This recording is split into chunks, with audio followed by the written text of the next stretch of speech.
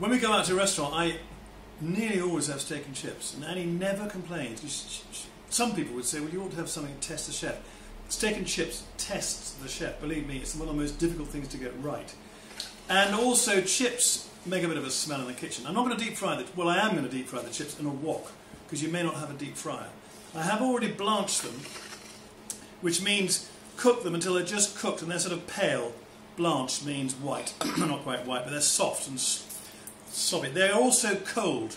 They've been in the chiller for 20 minutes and they go cold, and this helps. All you then have to do is to give them 2 or 3 minutes in very hot oil to finish them off, and that's your meal. Now my steak, rump steak, well hung, well marbled, a bit of pepper. I see chefs in the kitchens on programmes salting their steaks. Now I don't want the juice to come out. It pulls the juices out. I want to just pepper it and put the salt on later. Get the pan really hot. Butter, a bit of veg oil in there. Very hot frying pan. Almost burn the butter so that when you put that steak in, it really sizzles. Or use a griddle or a barbecue. There's the steak. Beautifully marbled. Going a bit purple. It's 21 days at least, if not 28 days hung. Leave the fat on, but don't eat it if you don't want it. I don't want to eat it, but I want it on there to help cook the steak. Just nick the fat a little. A couple of nicks in there with a knife, and that will stop the steak sort of curling up. Okay, in goes the steak. Now what I'm going to do, it's very hard to time steak. I'll show you a little trick. Hold your hand like this. Loose, slack. Press that. Very soft and squidgy. Rare to blue.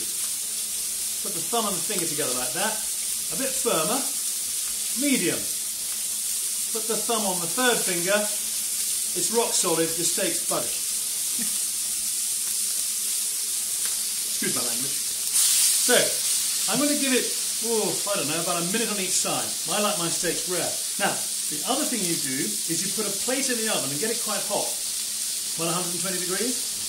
As soon as your steak comes out of the pan, it sits on a hot plate for 5 minutes. That's when you're doing the chips. This really works. It goes on cooking on the plate and then it releases its juices.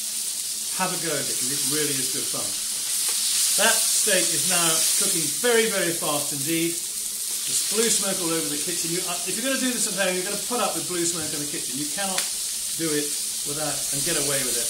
Deep fry, okay, but don't use it if you don't want to. Use a wok or a deep frying pan, and please do not leave it side. You must never leave this. It's not controlled. Well, it is on this induction hob, but on gas you've got to be really careful because you can have a pan fire and a kitchen will go on fire. You had a minute on there. Look at that. Isn't that beautiful? That's the most delightful colour. Now, my fat tested with one of the blanched chips. It's a bit on the slow side. Get that up to heat, full heat,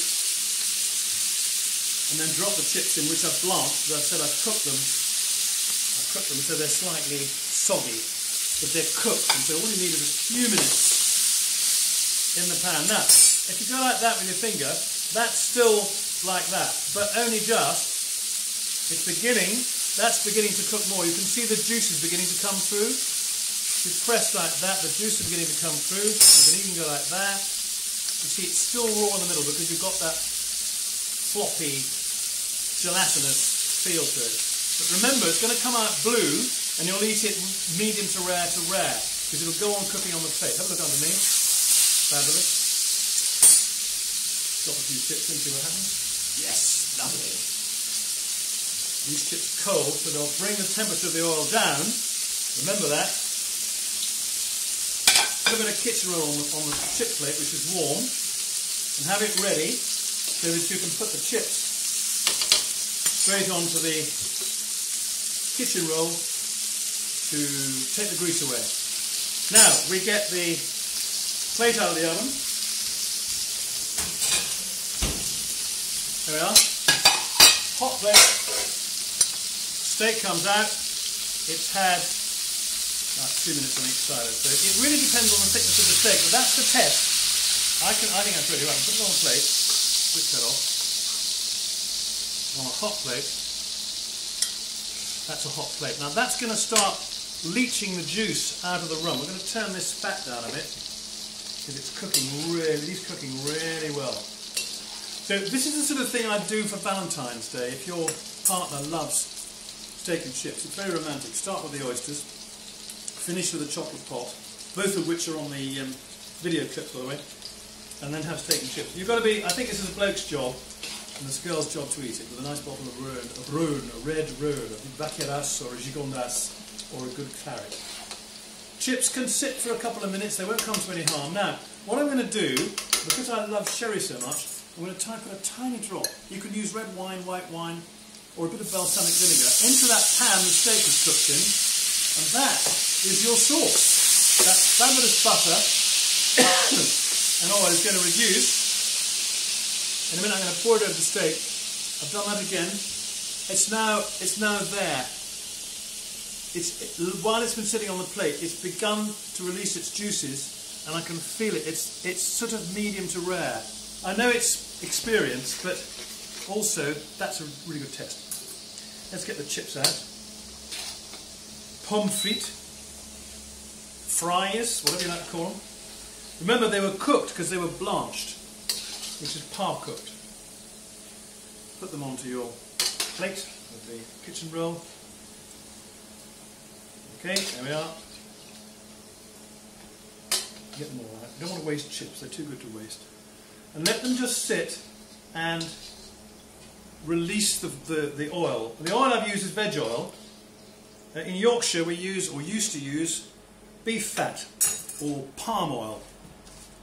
Actually I think palm oil is, we went to a Cornish fish and chip shop near Foy and they used palm oil. So maybe it's not a Yorkshire thing.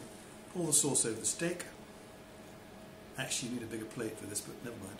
Now look at that sauce. That sauce is just butter, oil and sherry. I mean, what's better than that? Don't muck about with anything else. Absolutely no point. I'm going to get the chips now. Ooh, salt the chips. And if you want to, and I will do this, a tiny bit of salt on the meat.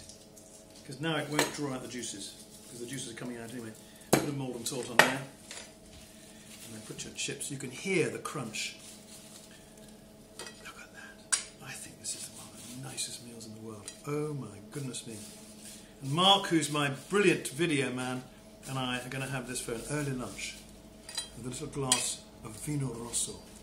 How about that? No decoration, no parsley. Okay, grilled tomato if you want. Mushrooms. To me, steak and chips is steak and chips, and that's brilliant. Now let's cut into it to make sure we've done it properly. And we're going to eat it, of course.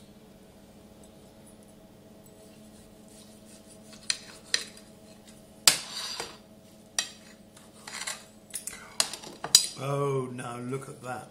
That, to me, is a perfect medium rare steak.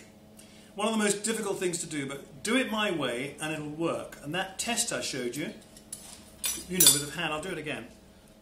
Flat, you know, hand, slack hand, very, very gelatinous and soft, squashy. Finger to thumb, slightly less, slightly firmer. Finger to thumb to second finger, rock solid, well done, buggered.